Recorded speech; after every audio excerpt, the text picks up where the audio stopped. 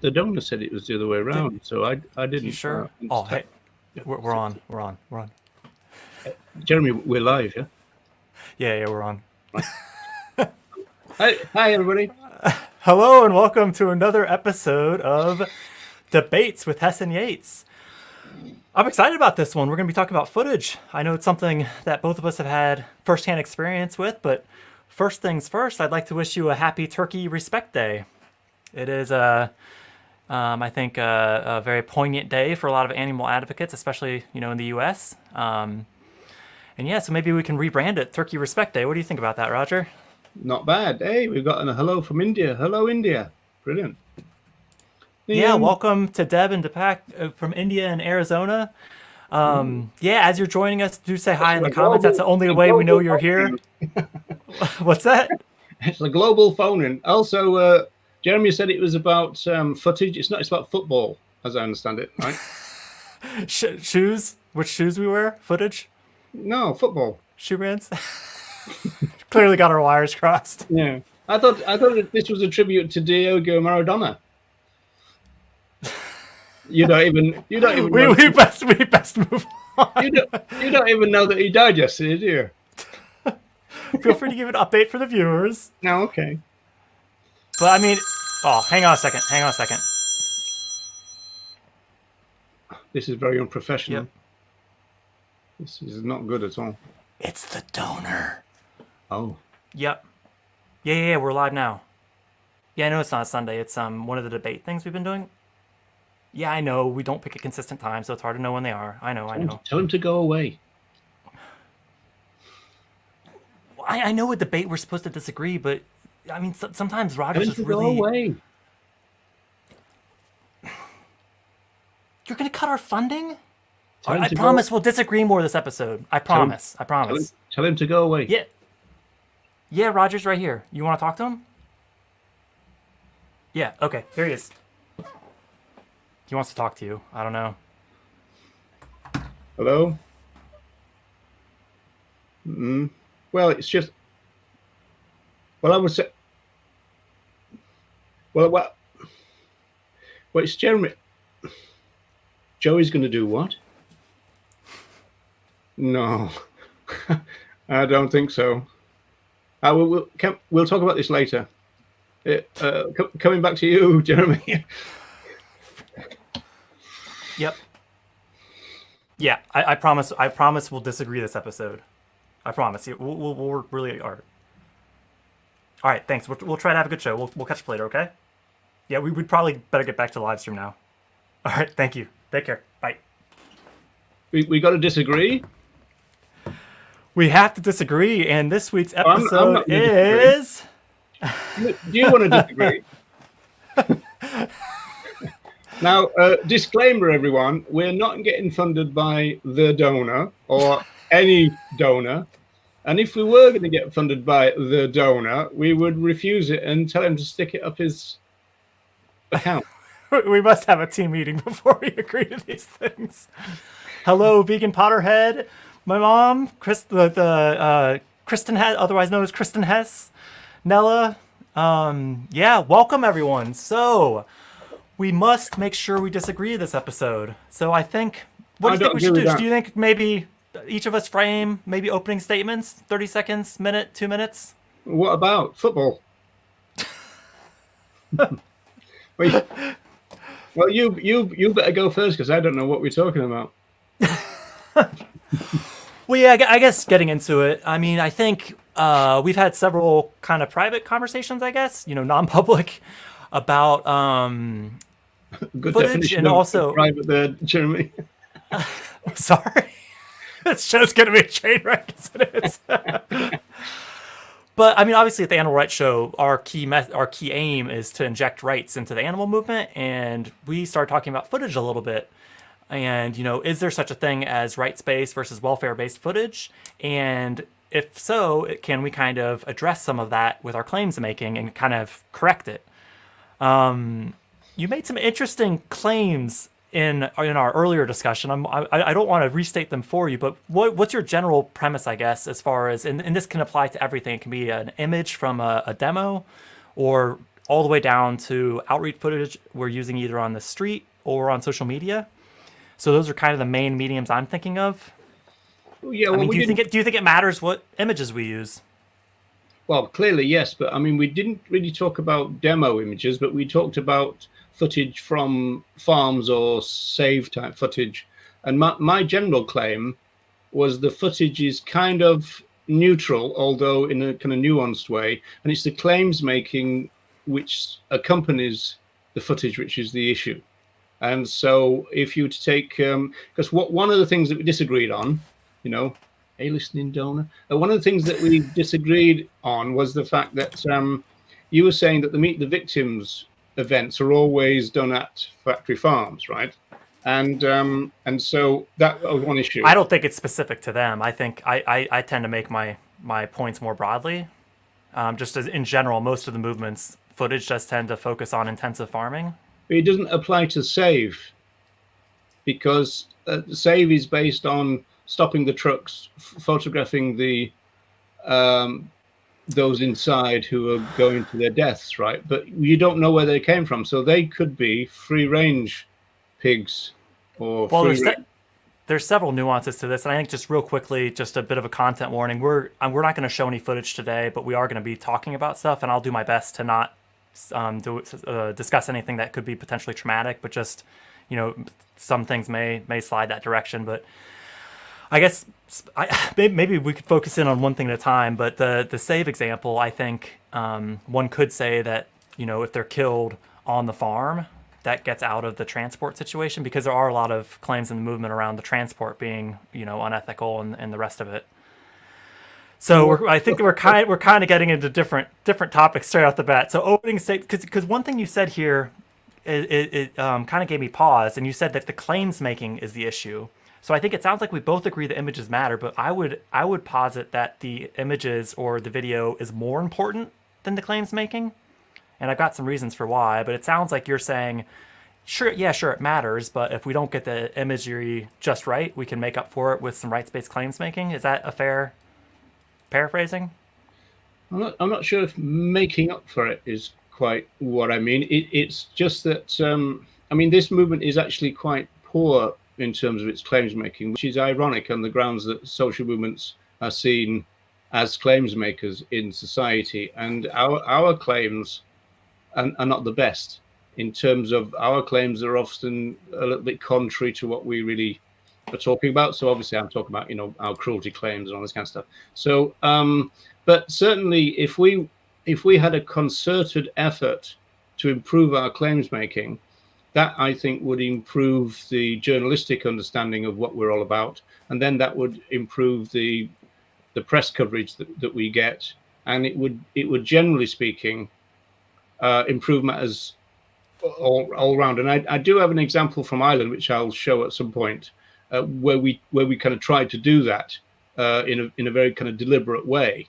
And so even though that was a Meet the Victims thing, which I think you class Meet the Victims as welfareist, is that right, Jeremy? Putting words in my mouth. I mean, I tend not to focus in on specific individuals or organizations, like more the concepts. I just myself. So that kind of footage is welfareist. Let's drop the name out. That kind of footage or such footage is welfare based. Well, I think you're going to be sharing some things in a moment, so maybe we can get into the specifics. I mean, if I had a soundbite, I would focus. You know, this is a very small part of a bigger conversation, but I would focus more on the killing than the cages, if that makes sense. So anything. I mean, we are in a predominantly welfare based movement, so I think when we show footage that pulls at the, you know, oh, those are such horrible conditions, we draw the focus to the conditions, and the individuals may be a part of that equation, and maybe we can extract a rights-based message from that. I just don't think it's a great place to start. Catching up on the comments real quickly, because I know you'll probably want to respond to that, but my mom just said that making my day, you should go on the road once we're let out of our houses.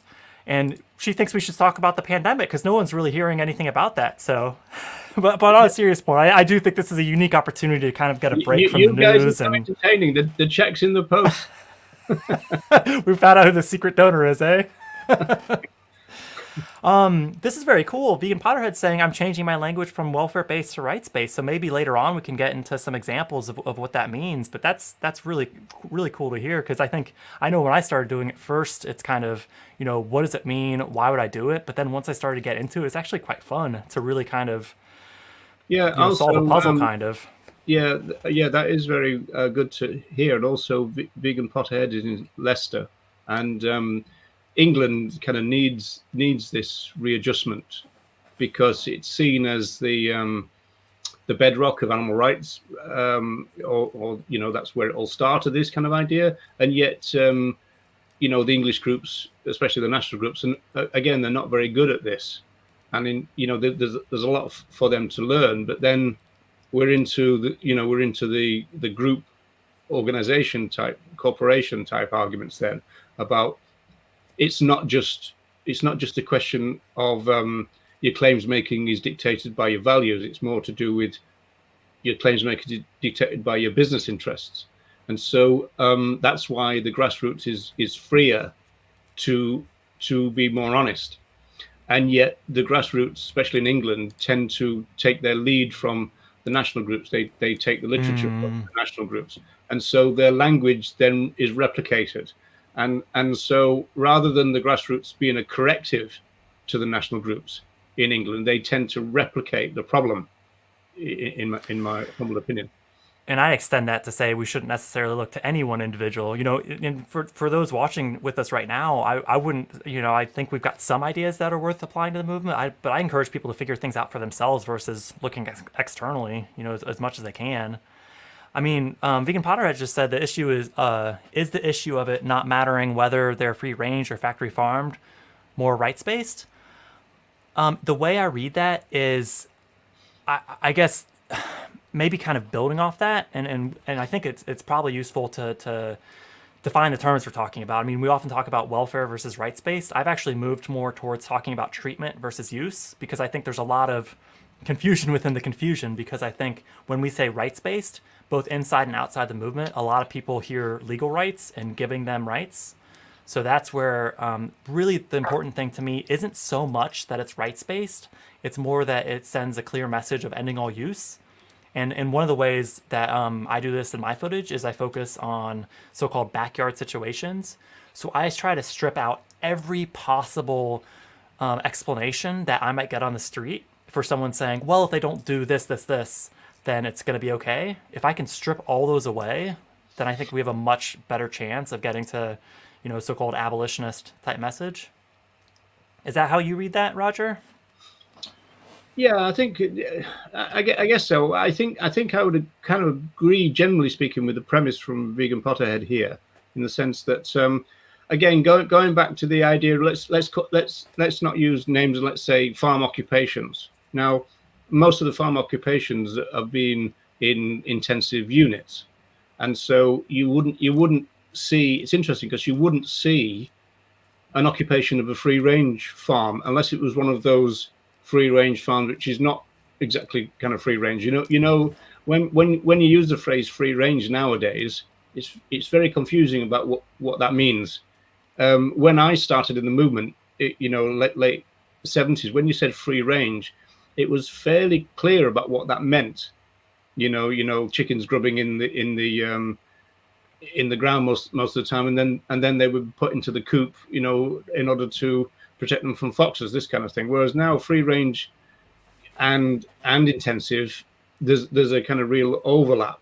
But nevertheless, you still don't see an occupation of a free range, although there has been quite a lot of stuff exposing some of these high welfare units. And so I suppose in that sense, the movement has tried to address the issue that you brought up, Jeremy, which is, why is it all based on kind of intensive farming? Yeah, because they've not just gone into intensive farms. They've gone into well, you see, the point is, ironically, I think they've gone into intensive farms which claim to be a high welfare. So there's a bit of thing there. But what I would say, because there's been one of these farm occupations in the Republic of Ireland. I think there's been a couple, maybe in the north, Now, if they were to continue, then I would be advocating that the activists probably would go to a variety of different places rather than just the intensive ones. At the same time, they're going to claim that the intensive ones are the vast majority in terms of animal use. And I think we so, get it wrong there. That's where I think we get it wrong, because we imply that if we weren't doing it intensively, it would be okay. It's a welfare claim, isn't it? It's not. It's not a rights claim or one centering around ending all use. well, if you just left it like that, it could be interpreted that way. So long, and unless you go to some length to try to circumvent that, as we did in Ireland. And so, I mean, do you want me to show you this? Let me catch up on the comments real quickly, just so they don't get too much dust on them. Just to answer your question, Trash Carcass. So the topic is outreach footage. We won't be showing it today, specifically for the reason that we don't want to add to the trauma that's already rife within the animal advocacy community. I will reference to one on my website, veganinteractions.com, if you are interested in seeing the actual footage. But this is more just kind of discussion based, so we're not kind of sneaking footage up on people. My mom has an important question for you. How would you frame claims making? Because obviously the making a claim, but would you like to go a bit further when you say claims making? What do you mean by that, and what do you think kind of the importance of it is? Yeah, that comes from social movement theory. So social movements, in a general sense, not just our movement, are seen as claims makers in civil society. And so you've got people like Jürgen Habermas, for example, who say that social movements play a very important role within society in the sense that they raise issues and they demand answers. But also in terms of putting together a position that articulates its values, then you make claims. And so, for example, the example we'll be used in academia would be, say, feminism, that the feminists would identify a problem, which they would then characterize as patriarchy, and then they would make claims about it, about why it's wrong and this kind of stuff. We in the animal movement have identified the issue of cultural speciesism, and we make claims about why that is wrong. Other parts of our claims making is that other animals have rights. So it's just really part and parcel of our general claims about the issue that concerns us. So that's really what claims making means, is the fact that we have identified a problem. I mean, let's face it, vegans identify a problem. A lot of other people don't even register. And so we say, well, there's a problem Right. here. Yeah, there's a Have to problem disrupt here. it. And these are our claims about it. And so we frame the problem by using claims making, and then we offer solutions to the problem with claims making. I hope that makes sense. Yeah, and yeah, feel free to keep the comments flowing, and if anything requires further clarification, let us know. Can you just go back up one, Jeremy, before we move on to that? To the thing about rights-based footage, the one from yeah.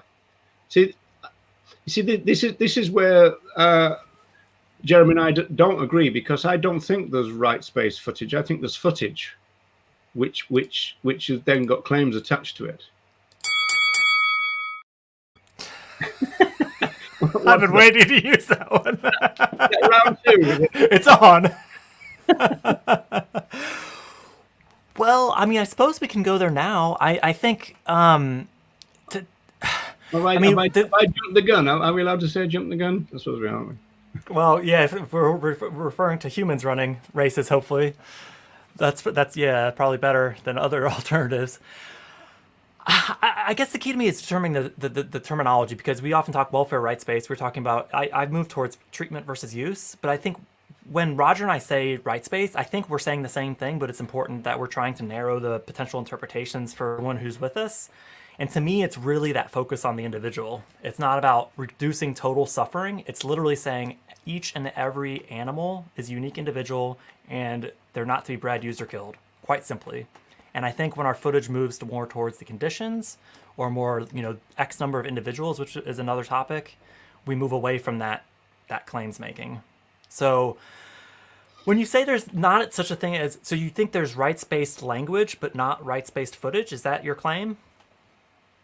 Well, I think you can apply the language to the footage, and you can, you see, See, the thing is, I do understand, and I agree with your thing that if you were to say show intensive footage and make cruelty claims about that, then it implies that the way that what we really want is for things to go to free range. So what you've got to do is you've got to explicitly talk about what you're not saying as much as what you are saying, and I think it's on that level that the movement's not been very kind of careful in the sense that when we tried to do our action in Ireland, we actually made it clear in the press release that we're not saying, because we already know that the culture of cultural speciesism will always, at any given moment, and whenever they can, will translate animal rights down to animal welfare. In fact, I've even got a couple of examples of that. And so this is just routine. Most people in their head, because they're trained as speciesists through our socialization processes, it's okay to use them, but don't be cruel, right? And so if our claims making is also don't be cruel, we're working in with that pre-existing welfarist paradigm. So we've got to be careful that we're making it clear that we're not really saying that we're here to promote free range. We're talking about we want to end animal use, and therefore you then need to explain why you're in that particular place. And I think your complaint, Jeremy, was that if you keep going to intensive units, you're implying that non-intensive units are okay. Is that right? Well, I think there's a few different roads to talk about there. I think I didn't mention roads. The going to facilities, I think, is a whole nother topic in and of itself. I think it'd probably be easier if we looked at it as a palette of colors to choose from, to use an art analogy. I think there's a wide variety of footage we can use, and some of it leads to different interpretations than others. So it sounds like you're saying to me that the images, the pictures, the videos, they matter, but it's an effect of blank canvas, and it comes down to our claims making to ensure that people are translating that to rights-based end-all-use message. Is that correct? Yeah, possibly. I mean, I'm sure that we could probably identify issues that, or images which kind of, very strongly imply X, Y, and Z without the claims making. But generally, the outright cruelty that most of the public would see as cruelty. Well, is that what you're meaning there? No, I'm just saying that you probably get some images which would be kind of fairly self-evident to just about anybody that sees them. Whereas usually, in a social movement context, you would attach claims to them to make sure that people understood what you were saying about it. Yeah, and I think we're aligned on the fact that we should use images and text together.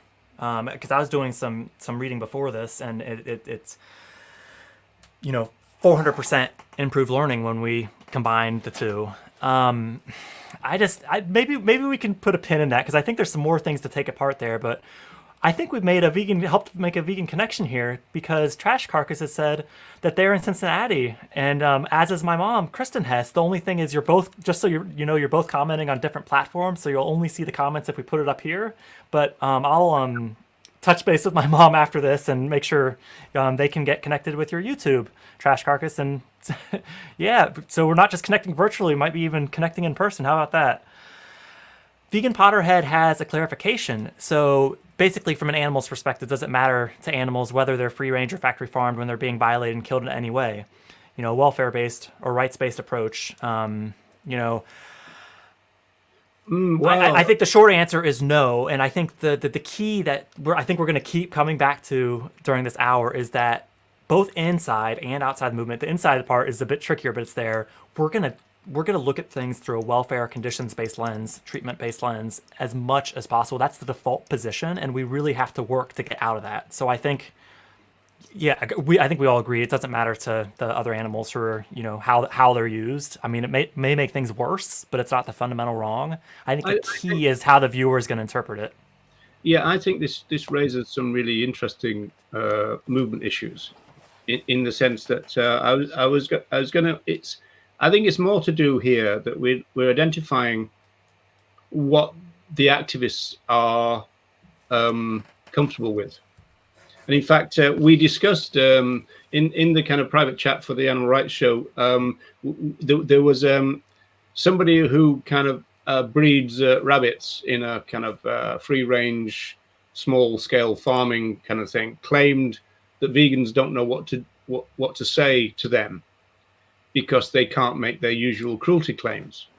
And I think that this is getting to some of the heart of what we're dealing with here, is the fact that probably the reason why you don't get occupations of a free range farm, for example, even though that is an animal rights violation, is that I don't think many animal advocates would be comfortable about what to say if they can't just point to the cruelty. See, this is where the cruelty base and the animal welfare base of the movement gets in the way of animal rights, as far as I'm concerned. And what I wanted to show you was this. This is a famous book by Jasper and Nelkin, and this is the book that they kind of I think it's about 1992, I think, and they kind of famously declare that Tom Regan is the lead philosopher of the movement and not and he's kind of overtaken from Peter Singer, and they were kind of wrong about that. But the interesting part is the picture, where you've got a picture of a fur-bearing animal in distress, and the caption is take a closer look, and then need we say more? Okay, and so the kind of problem clearly the answer is yes on multiple levels. Well, yeah, but the point is, Jeremy, is that if somebody said, yes, you need to say more, I think the response from the person with the banner would be, no, well, look. And they go, yeah, but okay, so what's wrong with what you're showing me? And they say, well, look at the picture. And they say, okay, well, explain to me what's wrong. And they will go, well, look. Right? I mean, that's what the thing says, take a closer look. Need we say more? Right? Is because we're not used to explaining the case for animal rights. We're used to showing people pictures of cruelty, which people would then go, oh, that's cruel. Okay. Can you clarify when you refer to case for animal rights? How would you frame that? Because I think that's a pivotal part of the discussion. Well, if we're not good at it, how would we do it?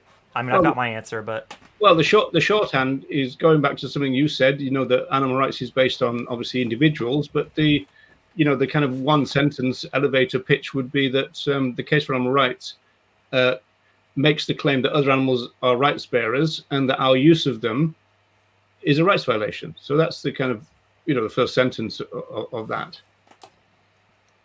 Do you often talk about the breeding and the killing in that sentence, or do you just talk about? It sounds like you focus in on the use. Just because I think that's such an important sentence, I'm just curious if you were. That would depend where the conversation goes to. Then really, it's But I mean, obviously, you could. I mean, but all of it along the way, so the hatcheries rights violations, the debeaking rights violations. But that's all welfare. That's all treatment. I'm talking about objectively the cycle, the key objective points, the breeding, the use, and the killing. That's not welfare. They are examples of rights violations. But rights violation can be rooted in welfare, right?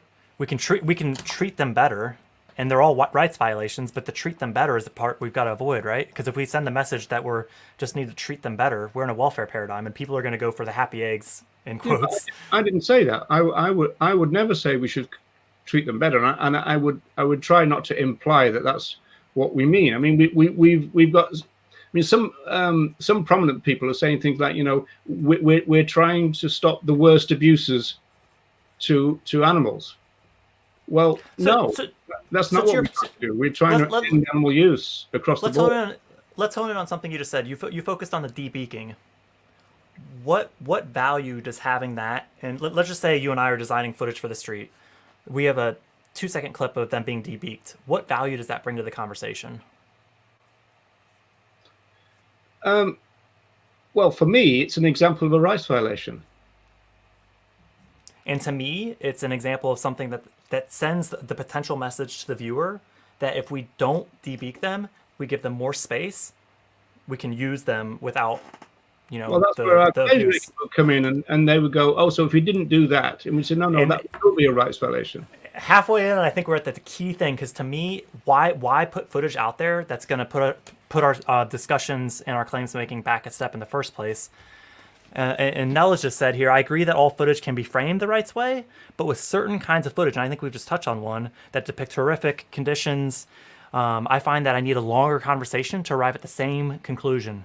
So that's really my key claim today, is why not set ourselves up for shorter, more direct conversations? And oftentimes we don't even get a conversation. Someone might see something briefly and then walk on. So our claims making isn't even part of the equation. Okay, but I'm not totally sure what you're trying to say here. I mean, we don't show any footage whatsoever, or we just show footage of other animals in, say, sanctuaries. Well, a couple of questions there. I think, to me, the context is key, the audience is key, where we're sharing it's key. I mean, most of my footage that I really gravitate towards too is from the residents at Friend, and because of the way I distribute it, I do focus more on the positive than the graphic, as it were. However, on the street, I mean, I think you looked at some of my outreach footage earlier today. It obviously shows the negative side of things. So there's a couple of questions. What do we focus on? I think depending on the distribution, I can see a benefit to just focusing on their unique individuality. So that's kind of the second answer to your question. But the first part, I mean, I'm not saying don't show footage. I'm just saying showing footage, as Nell is saying, is like the horrific conditions, focuses the viewer and the discussion on the horrific condition, which, yes, it's a rights violation, but it's not a rights-based position. It's not a rights-focused position. Rights are floating around in there, but they're mixed up in a whole welfare paradigm. Am I? Your screen's frozen, or you're giving me a look. I'm not sure which. Hopefully the donor's happy. We're definitely getting some disagreement. It only took us 4 episodes. We're actually getting some proper disagreement. So, I'm not quite sure what you're trying to argue. Let's tease it out. So, it's to do with. To me, it's all got to be the fact that you're making claims around what you're showing to people, because obviously the activists are going to want to have the kind of the end thing is therefore go vegan for the activists, right? Now, if you show footage from Friend and then say and therefore go vegan, there's no reason there, isn't there? Well, what if we? For my vegan story is seeing non-graphic footage of a mother being separated from her son, chasing after him. No cruelty. No, what's that? You're working against yourself now. I mean, that's not sanctuary footage, is it? Well, I think. Well, okay. So as I said, I think there's 2 different questions. One is what footage to show when, and then secondarily, if we are going to go to the negative space, do we show the conditions or do we focus on their individuality? And then to me, it goes back to that soundbite, the killing versus the cages. So I'm not saying don't show the negative stuff. What I'm saying is if we show the negative stuff, we've got to be very careful that we don't send the message. If we take away this specific example, we can still do it. We can still keep using them. I said the same right from the start. So I'm just saying the same. Oh, why include the dawn will be ringing any second if you disagree. With the debeaking, the debeaking example. So you would be pro debeaking footage. Well, if it was just a question of if you're showing examples of rights violations, then I wouldn't be. I mean, I wouldn't focus on it, obviously. But if you're looking at showing examples of the rights violations against other animals, then debeaking is one such example, isn't it? Answer yes. There's lots of examples, but a lot of them are welfare focused, and I think that's the key distinction. To me, debeaking footage is welfare focused footage. No, Jeremy, the conversation that goes with it may be welfare focused, not the picture.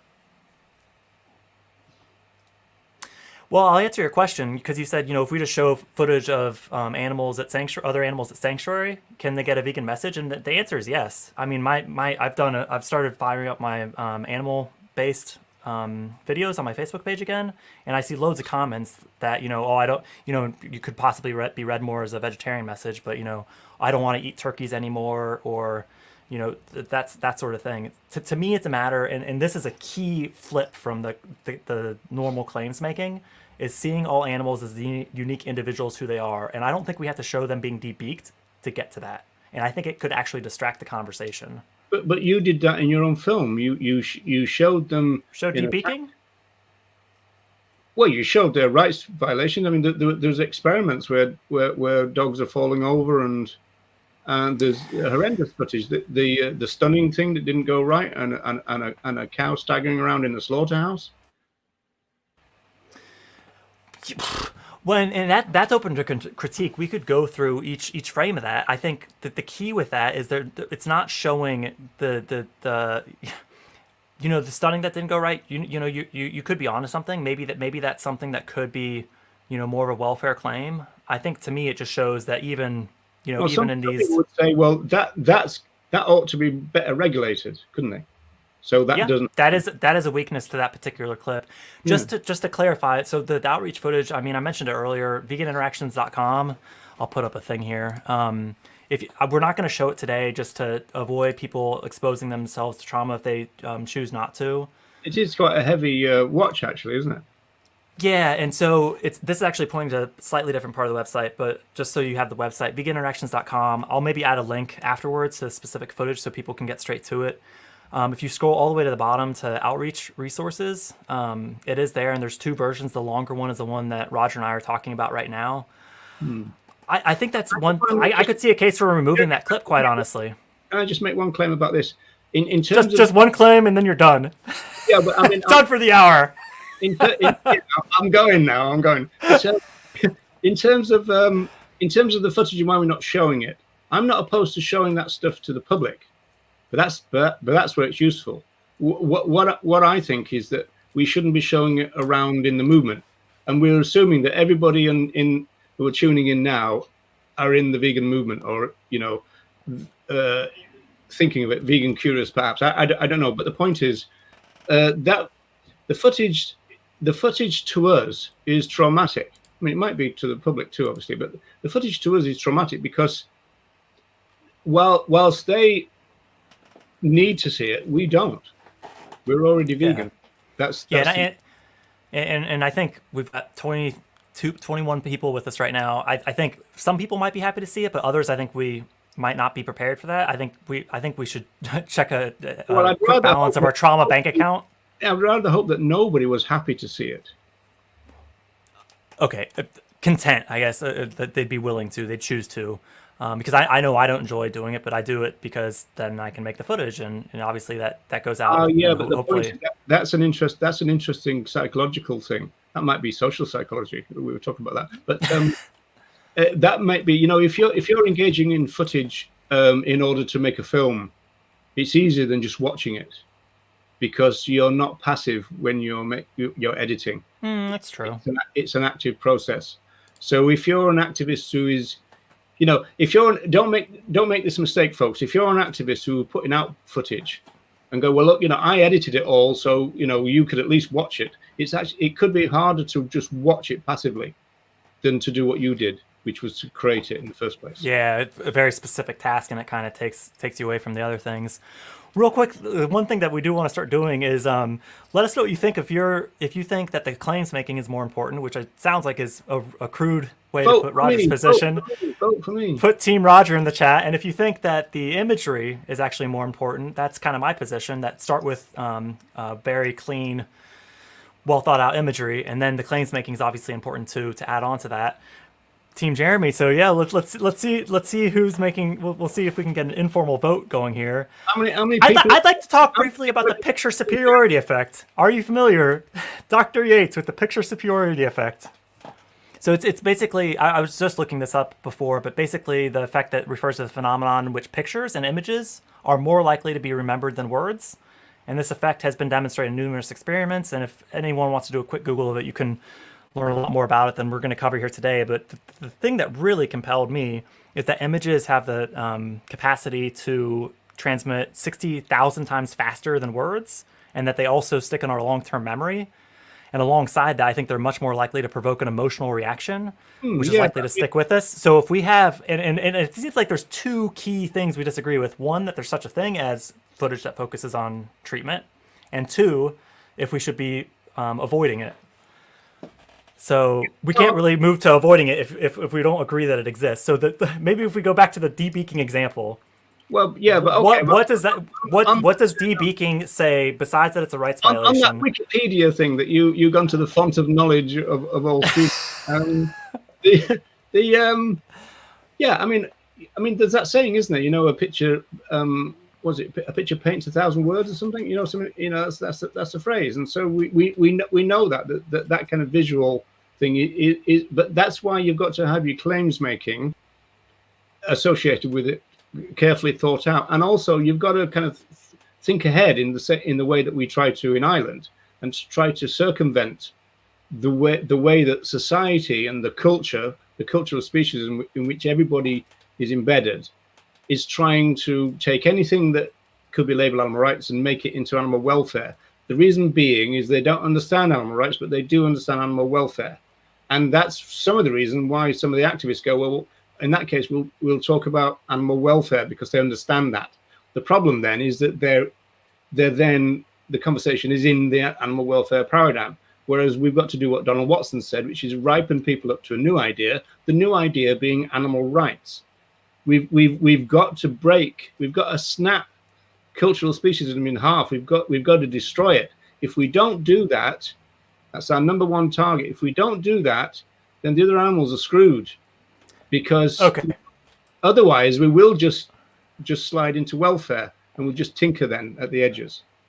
I agree. And the question is, why not carefully select footage that has the least likelihood to slide into welfare? Back to the debeaking example. You're a non-vegan. You're walking along. You have no intention of starting to live vegan. If you see debeaking footage, do you think you're more likely to think, oh, I'm going to start getting my eggs from someone who doesn't debeak? Or do you think they're more likely to say, I'm going to start living vegan? Well, I would think footage like that is people go, well, what the hell is that? And you go, well, this is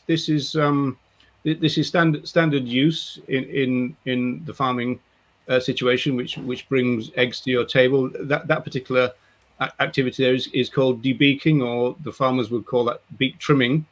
And it's interesting because there is an animal welfare expert, a scientist, who says that our claims that debeaking is inaccurate because they don't remove the beak, and the farmers' claims that it's beak trimming is also inaccurate. It's kind of somewhere in the middle, because it's a painful thing, but it's not debeaking. I mean, like, debeaking is a term that the farmers would resist, right? But we would describe what was going on, and we say, well, this is the type of animal use, which means it's a rights violation. But we would then say, but that's not to say that if you didn't do that there's no rights violations here. That's what the footage shows, though. I mean, I'm not against showing footage. I just think claims that go with the footage are so important. That's all I've been saying. So the terminology standard versus routine use is something that, from a language perspective, I would just kind of tease out. Why are we talking about standard use? Because that implies there's a non-standard use that would be okay. That's how I would read it as a non-vegan. Because you and I both had thousands of these conversations where every step along the way they're trying to tease out, okay, I agree with you, but how can I address this without living vegan? How many of those conversations have you had? Yeah, I know that's most of my conversations, unless someone's nearly there. I think you've made a good point. I mean, congratulations, you've made a good point. It only took 45 minutes. But, I think these claims about standard use should be thought about very carefully, because I'm also a bit uncomfortable about it. Although I do that, and it's kind of a standard thing to do, no pun intended. But yeah, I think that is something that we should probably try to be careful with. You know, because even in the press release that I'm going to show you if I get time. It's up to you. We'll definitely go over the hour, but I'm happy either way. Yeah. Well, I think we put. I mean, really, what is best? See, really, what that's trying to say is that you've got this situation which a lot of people kind of internalize this message that, well, in whatever country you're talking about, we're different. And so, people in Ireland will say that, well, okay, well, that might happen in England, but it doesn't happen in Ireland because we've got the best welfare in the world. People in England are liable to say it the other way around, but it would also apply to Canada, Australia, New Zealand, wherever you like, because the farmers in all the countries, one of their main planks of their claims making is that they have the best welfare in the world. And it's just one of the things, it's a thing to reassure the public. We've our animals have got it good, and they might even make a joke like, they only have one bad day and all that kind of stuff. And so they're really trying. It's a con, really. It's a con, obviously. And the question is, are we supporting that when we go into these high welfare areas and say, oh, they're not meeting regulations? I know as animal advocates, we're trying to send the message that can never be done. Jeremy, no animal rights person should do it. I mean, that's one of the problems with some of these occupations. You end up then with the claims making, which is, what we found was the worst cruelty we've seen in 30 years. Here's a petition. We're going to try and shut this hellhole down. Well, that is completely just collapsed into welfare at that stage. Should never go there. By picking out a thing, one bad apple, all that kind of crap.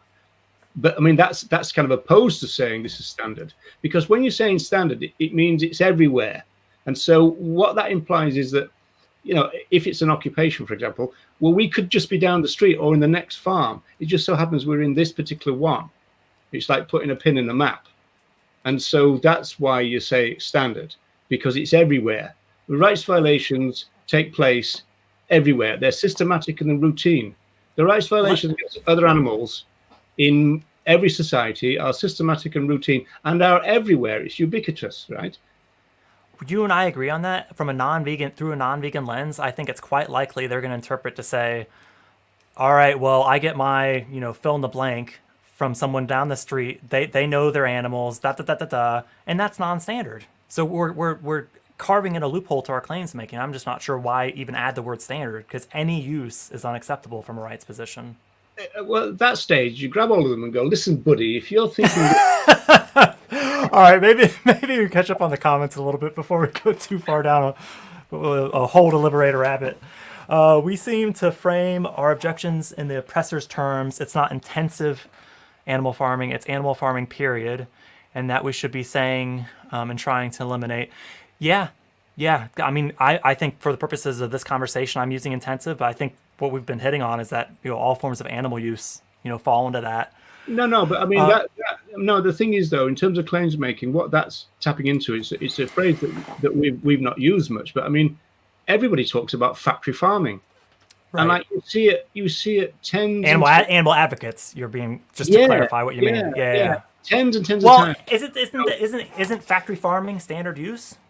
Isn't this the same thing? You might as well. You could interchange standard use with factory farming basically across the board. The answer to that is yes, but the implication about using that is that free range is therefore okay. That's the thing that I would say the same thing with standard use. Yeah, well, I've already admitted that's problematic. You're going to bash me over the head with that again. Okay. All right, I think the donor's going to be happy. All right, anyway.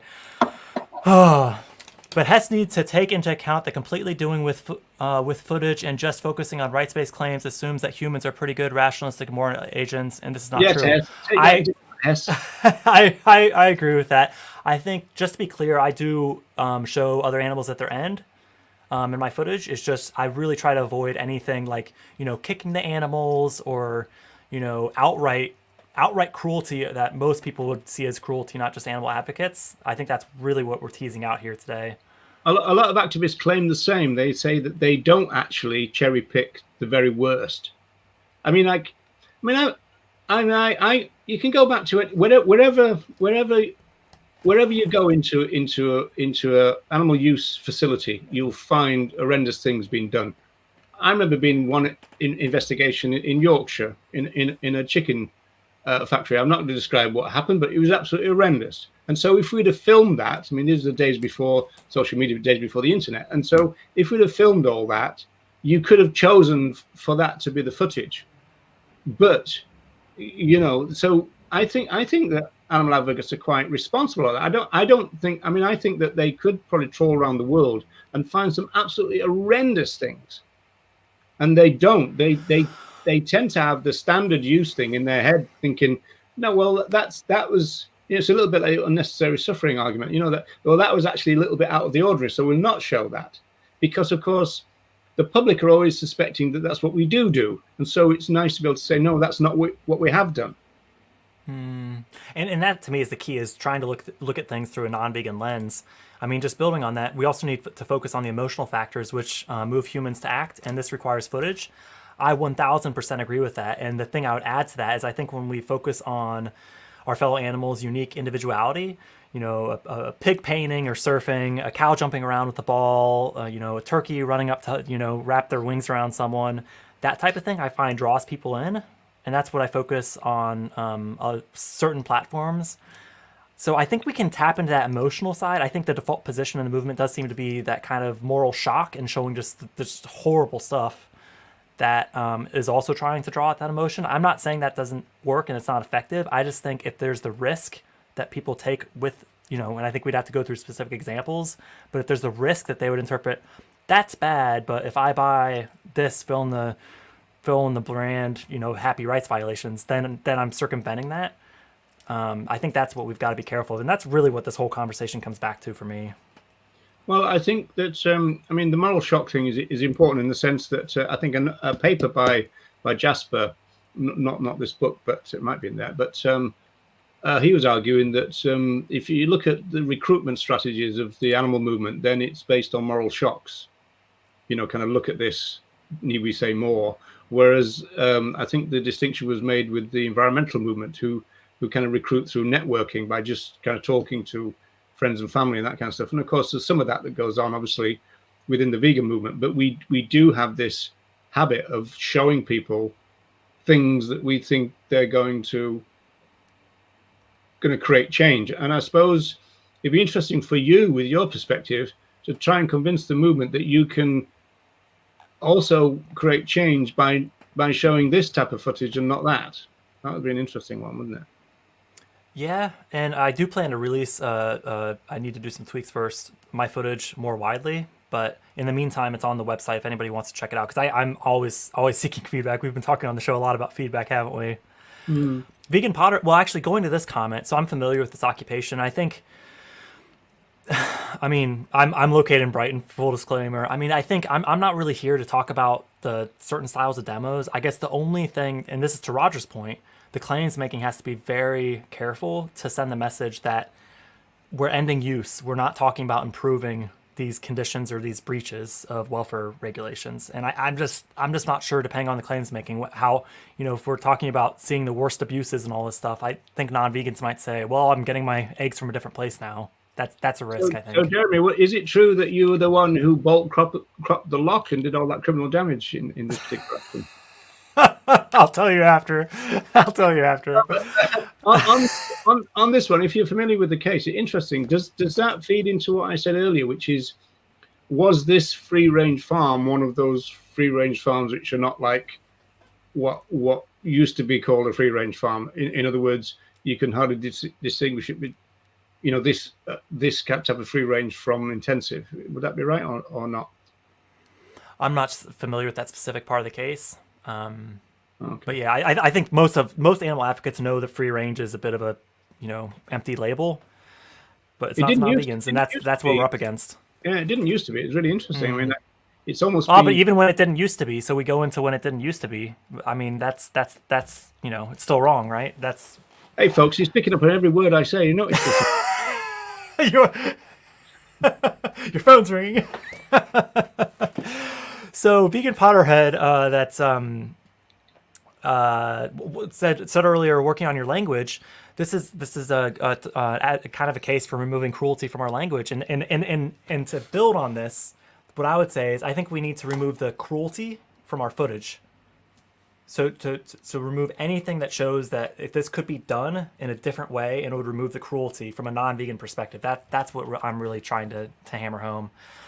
We've been at it for about 55 minutes. What do you think, Roger?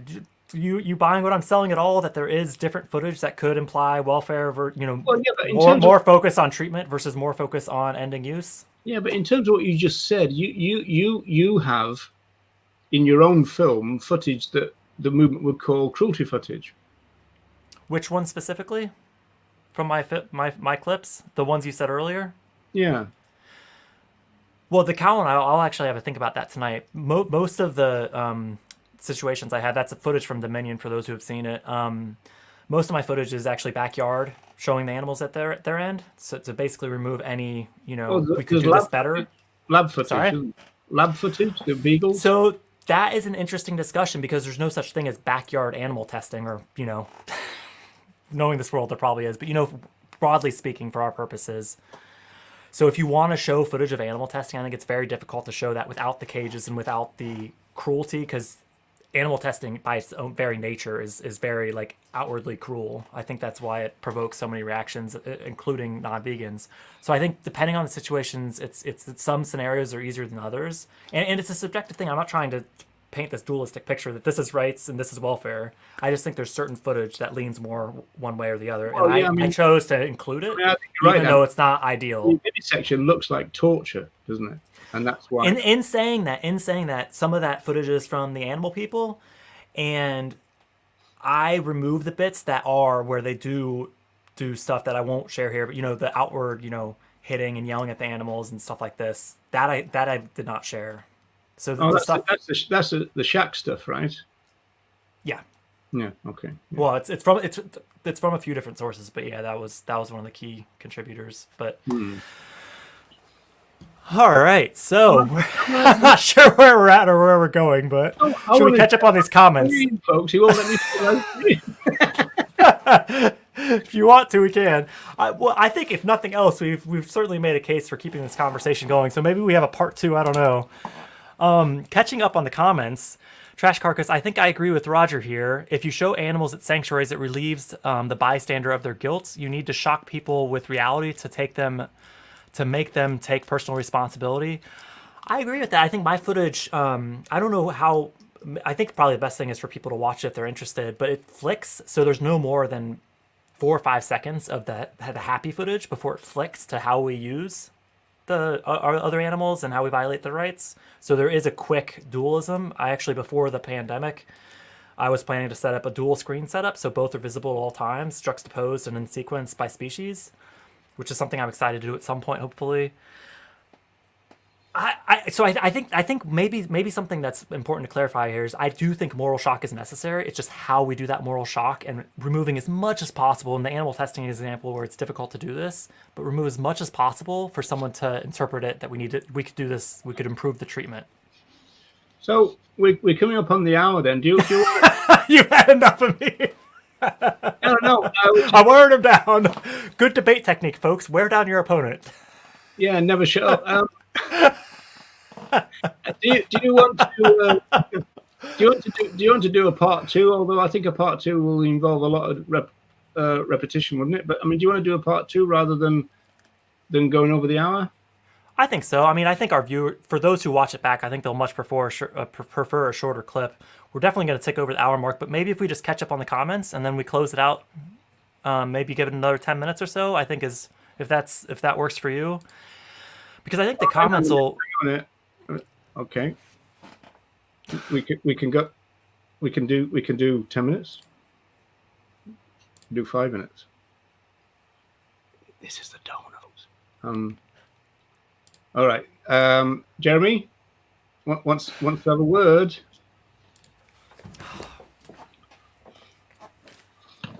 Yeah. You liked that, didn't you? Yeah. He did not know what to say, did he? Yeah. Oh yeah. We're still live. Yeah. I think you're right. The strategy worked. Yeah, I know the viewers seem kind of split on it, but we should probably catch up later, though. Yeah. All right. I've got maybe 1 or 2 more tricks up my sleeve. Yeah. He won't see it coming. Yeah. He has no idea. Yeah. All right. We'll talk later, eh? You're very matey with the boss, aren't you? What's going on here? It's all about influence, right? Right. So again, for people who have joined, You made a horrible mistake. we're not actually funded by the donor or any donor. And as I said, but Jeremy disagreed. I think if the donor did offer us $1 million, we wouldn't take it. But well, that's a definite whole nother discussion, because I know some sanctuaries that could really use the money, and that's been my approach. Is money, I'm happy to send the money to the sanctuaries. do you know where it comes from? Well, that's a discussion for another day. Yeah. We better move So off building that. before Roger got his call, I think we were saying, and I happen to believe we gauge our media to the situation. So I agree with that, context and audience and all that. I post all kinds of videos, nice or not, each get through to different people. We need all approaches, in my opinion, and I agree with that. And I think on the street, the reason I slide more into the showing the negative stuff is because I can support it with a discussion, and I think I'm not contributing to the potential trauma in the animal advocate community. And I also find that the focusing on the individuality is creates good share momentum, but that's probably more of a social media discussion than not. I think if I created some of your traditional footage and shared around, I would just get blocked, and then I'd lose a chance to send stuff out to a number of places. Before you move from that, I post all kinds of videos. This is inside the vegan bubble, is it, or what? Because that creates its own issue, doesn't it? In the sense that who's the audience? There's a really interesting kind of sociological concept called recipient design, and this is relevant to everything we've said. Really, that you've got to have the recipient of your claims making in mind when you make your claims. It's kind of obvious, but it's also very important.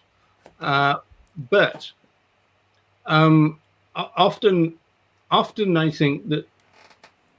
think vegans make the mistake sometimes that they think they're addressing the public when their stuff, their material is not getting to the public. It's just bouncing around in the vegan bubble. It's an issue that is a great concern of mine, how to get out of the vegan bubble. I think the trauma is the main thing, because if we just smack some horrific stuff up on the screen right now, we're just going to add to people's trauma, and we've all seen plenty of it, and we're going to tap into stuff we've seen in the past and drudge all that stuff up, and it's a tricky one. I know sometimes I just want to think about strategy, and I don't necessarily want to be bombarded by graphic content, which is why I choose to share it very, very sparsely in a social media setting versus the street. Nella says, I find footage that shows killing or depicts other animals as property without implying that the individual had a miserable life is the most effective. So, I think that's a strong point there. I think we can highlight their individuality without necessarily showing why their entire life was miserable, because then it sends a message, doesn't it, that if we make their life more enjoyable, and then have a quick end, one bad day, like you put it, in quotes as well, we should clarify. Yeah, it's interesting that though. What would be the an example of footage showing other animals as property? Well, I think because Nella was sharing earlier, prior to this, around a donkey that literally had a sign for sale on her. To me, that's just one of many examples. But you're right, though. I think maybe we could do some more of that with both our claims making and our footage. Actually, really highlight how they're seeing how other animals currently are seen as something, and we're trying to really move the needle to them being seen as someone. I try to do that kind of loosely through my footage, but maybe there's some more ways we can tap into that. If you see a sign outside a farm that says free range eggs for sale, that is that, isn't it? It's an expression. Doesn't necessarily connect to the individual, though, does it? It connects to the eggs. Yeah, but where do they come from? Yeah. Oh, and that's the thing. I think as animal advocates, we agree. It's just really how non-vegans might interpret this. So just talking about graphic footage, I'm never happy to see it, but sharing amongst ourselves is merely sharing resources. And I'd agree with that to an extent. I think the main thing, is, I think giving content warnings is important. So the animal advocates can't say, oh, actually I'll switch off, or, oh, okay, it's the next, 30 seconds, I'll tune back in after that, or, something like that. Wendy's joined us. Hello, Wendy. I think I am a bit behind on the comments, just catching up. Well behind And 20 minutes, so we got fired up, so that's a good thing. So yeah, my mom says welfare claims are inherent in animal rights, aren't they? And that's kind of what we've talked about. And I think maybe we'd agree on that part, that it is like, obviously the welfare claims are all about rights violations, but the key question is, does the non-vegan public see it that way? And that's what I'm really focused on. Isn't that saying the animal rights case includes welfare claims? That's not the case. See it the other way around, isn't that? Yeah, well, it's kind of like the Regan quote that that the welfare violations can make their use much worse, but it's not the fundamental wrong. But I think this whole discussion's been about why focus on the welfare claims versus the rights, or as I'd put it, ending use claims. Yeah, I think that if we were to always bear in mind that our fundamental position from an animal rights point of view is any use of other animals is a rights violation, and therefore something that we would oppose. If that's our starting point, then anything from there should always refer back to our fundamental position.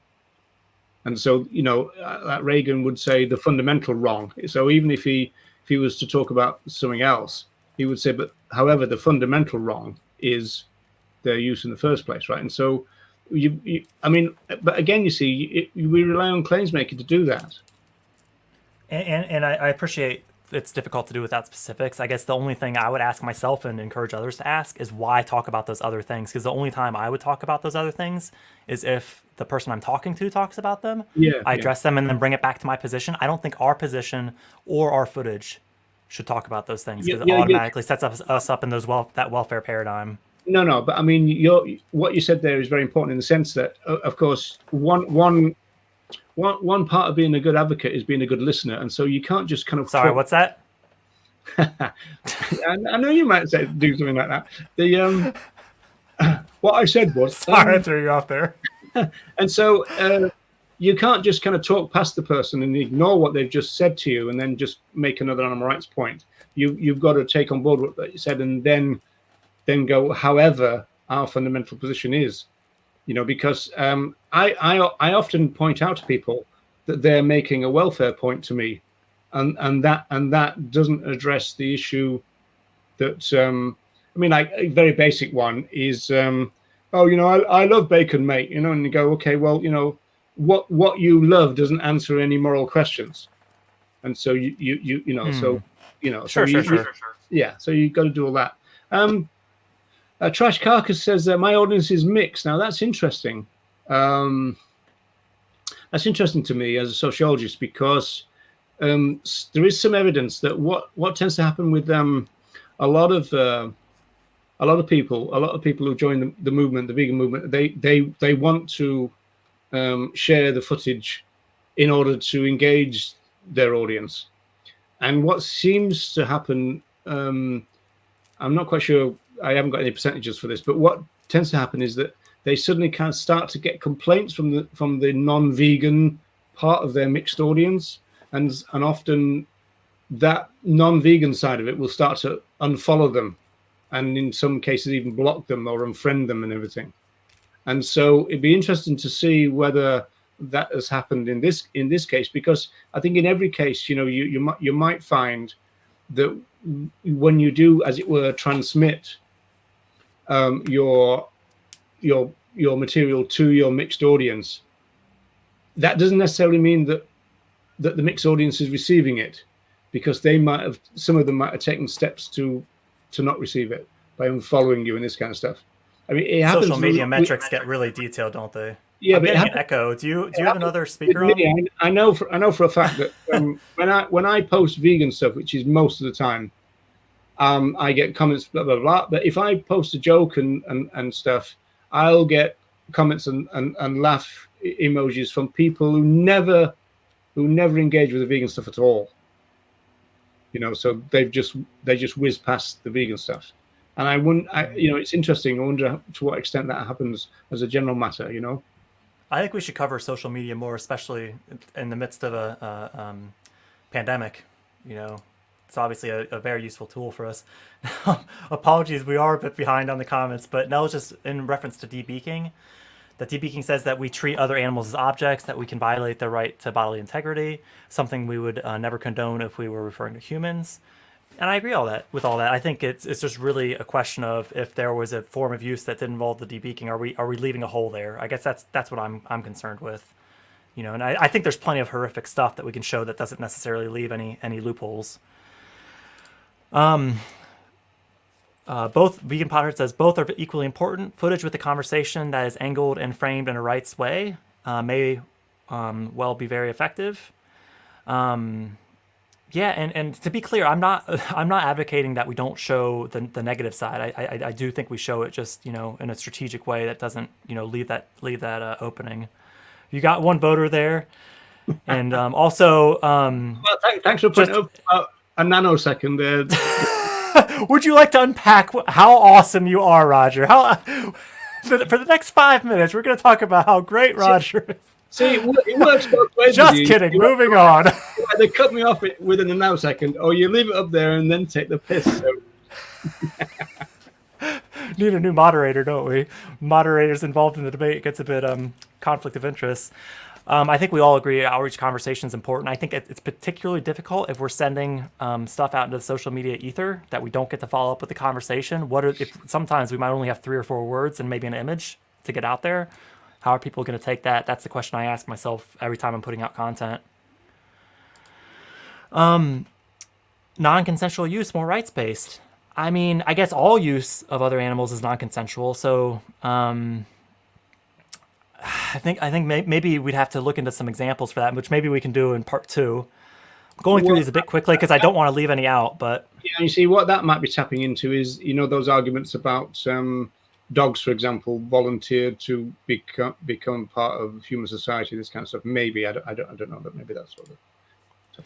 Wendy says in talking about factory farming, terrible conditions, shut down this farm that abuses animals. We are saying exactly what the likes of the RSPCA and CIWF, Compassion World Farming, would say, who put their stamp on using other animals. I made about where the claims making could go all wrong because the thing is, we already know that if there's an occupation, for example, then what will happen is the journalist, 9 times out of 10, in England at least, will go to the RSPCA for a comment and stuff. And so the journalist is thinking welfare. The RSPCA is going to say welfare. Compassionate World Farming will say welfare.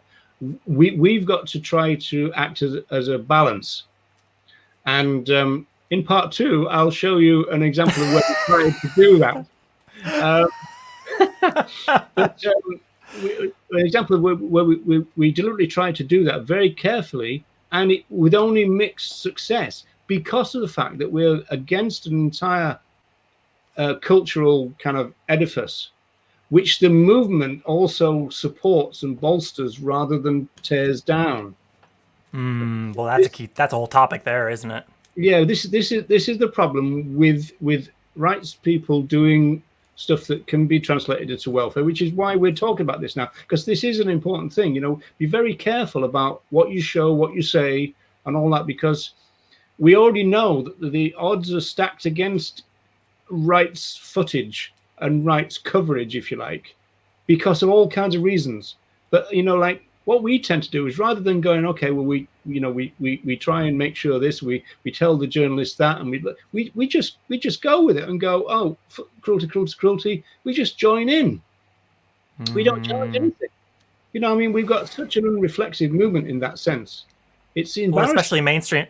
Well, especially mainstream media, we might say the exact right thing, and then it still gets translated down, which, like you said, you have an example of. But we don't, though, Jeremy. You see, the thing is, at least then we could complain about that, but we don't even do that. We can't even make that complaint because we tell them cruelty. They report cruelty, and where do we go there? Oh, you've talked about cruelty. Well, of course they did. That's what you told them. This is why if anybody goes on the media, you'll be asked cruelty questions.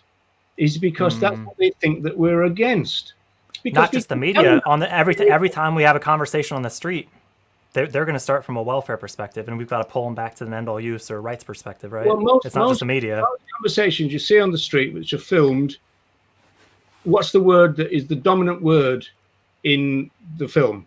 cruelty. Cruelty, abuse, suffering, those three, which are all subjective, welfare-centric claims. So it's just falling into line with the welfare paradigm and not challenging in one iota.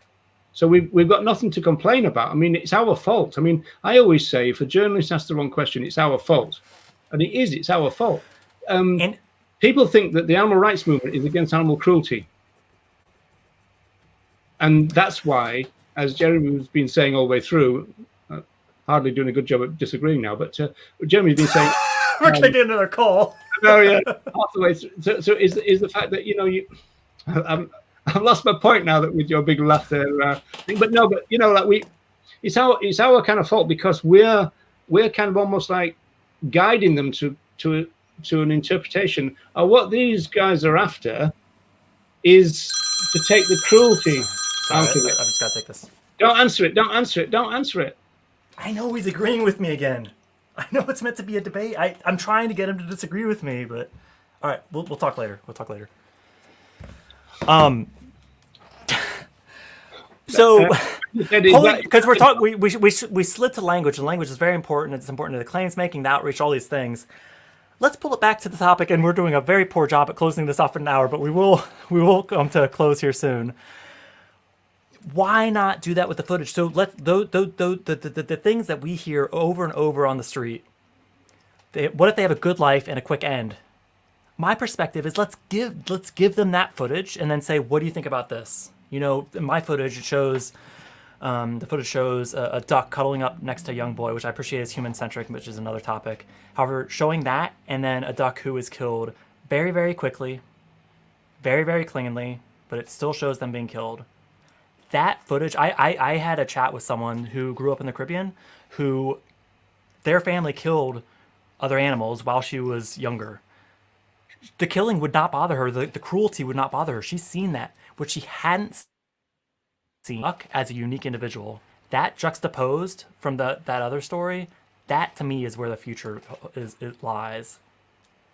There's the cruelty, I guess, in that sequence.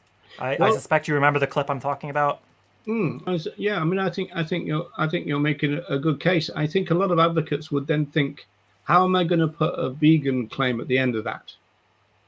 And I know you say that that's quite possible and very feasible and everything. I think they're going to say, I've given them no reason to go vegan. Exactly, because if we're not focusing on the individual, we're focusing on the cruelty. And if the cruelty's not there, what's the claim? I mean, that comes back to the earlier example. Just to put a bow on some of this, I think my mom has a great point that I think we have to do what's effective, because these conversations aren't about Roger or I telling anyone what it's not about us telling each other or anyone who's joined us telling anyone what to do. I think it's just about having the conversations, because ultimately we have to be comfortable with our own approaches. So hopefully this conversations, it's inspired me to think about some things in a different way. I know some points you made about my footage I think I'm going to revisit. Okay, well, before we go, I've got two announcements. Was that the cue to wrap up?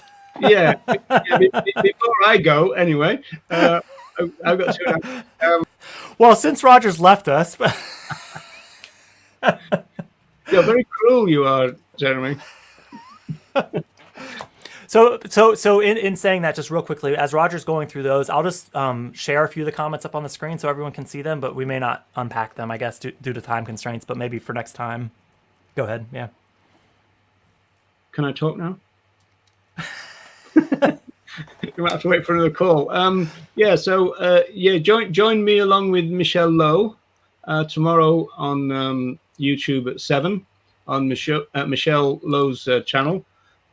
Michelle is a psychologist. I'm a sociologist, so we should have some interesting conversations. I think we haven't got an agenda, so I don't know what's coming up. I've got a few things that I'd like to bring up, but we'll see. I want to talk about things like cognitive dissonance for a start. I think that's possibly been misused in the movement, but anyway, that's for tomorrow. And also, just vote for me is. I've been nominated for a VegFest UK award. So if you want to vote for me, go there. I don't know how to do it. And I just know that I've been nominated, but I haven't really looked into it, to be quite honest. So I'm not going to win, but if you want to vote for me, do it. You'd be a shocking politician. Oh, I know. Yeah, I'm really taking it seriously, as you can tell. But I mean, yeah, I'm thrilled to be a candidate in this award, and I would like you to vote for me. And if it wasn't COVID time, I would kiss all your children. I wouldn't do that, actually. Don't think we should restrict that to COVID time. No. But I was just tapping into what you said about politicians. So long as people didn't get the reference. Understand. Yeah. We're down to the last few comments. I think, and I've just flicked through I do think we've kind of addressed them indirectly through the previous conversations. I mean, I think it is good to both focus on, we've had discussions in the past, haven't we, about the vegan bubble. I think it's good to focus on both. Because I think there's a lot of individuals within the so-called vegan bubble that could use a bit of push for the ethics, and to help them stay living vegan. But I think a point that came up earlier around having more activists, I think this is crucial because it's not just it's the active opposition, not just removing ourselves from the equation. All right. People see other animals being property every day with humans walking their dogs or riding on horses' backs. It is normalized. How do we break that trance? And I think that to me is that the key is focusing on the individuality. And maybe we can start to see our fellow animals in a new way and build that respect for them. And I think most of those who are with us now have, but it's really just communicating that message to the non-vegan audience. And my position today has been that we don't necessarily need to show the treatment side of things. Any way they're used is wrong. And if we can do that in a way that doesn't leave the non-vegan audience reaching for that happy egg, happy meat, fill in the blank, that's what I want to move towards. So to me, images matter perhaps even more so than the claims making. Wendy's point is interesting in the sense that Gary Francione would argue that other animals have one most important right, which is the right not to be property, which is feeding into that. And of course, if we agreed that other animals, are not property and then didn't use them as such, then that would create an entire paradigm shift in terms of what's going on in terms of our relationships with other animals. People like Tom Regan would maybe have a more kind of expansive kind of view about right to life, bodily integrity, those kind of issues. So it's interesting, that one, this thing about the one right not to be property, because we've talked about property a lot, haven't we, today? Yeah, it certainly addresses a lot of things. I'm not sure it addresses all forms of animal use, but certainly a lot. Wendy's made a good point. We're on the Animal Rights Show, and we're doing a crap job of promoting our very own show. We do have our usual show on Sunday. We're going to be talking about sanctuaries. I know a subject that's near and dear to a lot of our hearts.